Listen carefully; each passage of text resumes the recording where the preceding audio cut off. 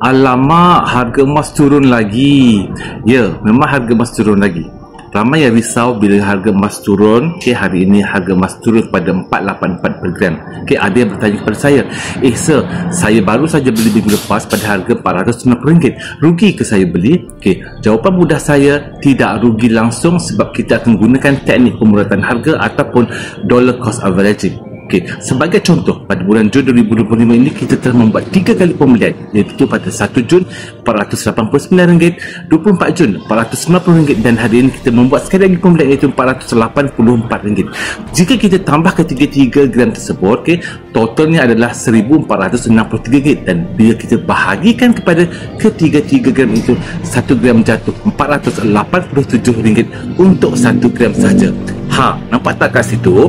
Kita dapat turunkan kos purata dengan membeli emas pada harga yang rendah itu.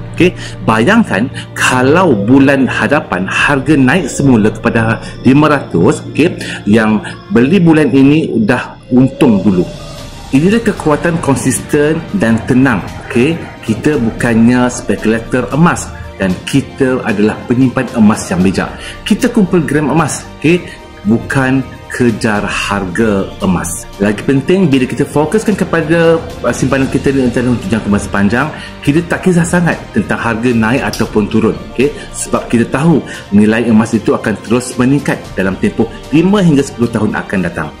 Jadi tuan-puan, apa yang perlu kita ingat adalah mereka yang tenang bukan mereka yang paling laju, tapi mereka yang paling konsisten di dalam menyimpan.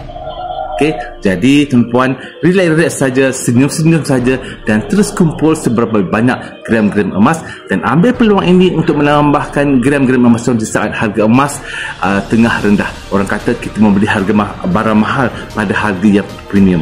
Jadi kepada mereka yang masih lagi belum bermula, boleh klik link di bio untuk bermula. Saya akan membimbing tuan-puan menyimpan emas dengan cara mudah, betul dan selamat. Dan kepada mereka yang dah bermula, konsisten dan relax saja. Assalamualaikum dan bertemu lagi.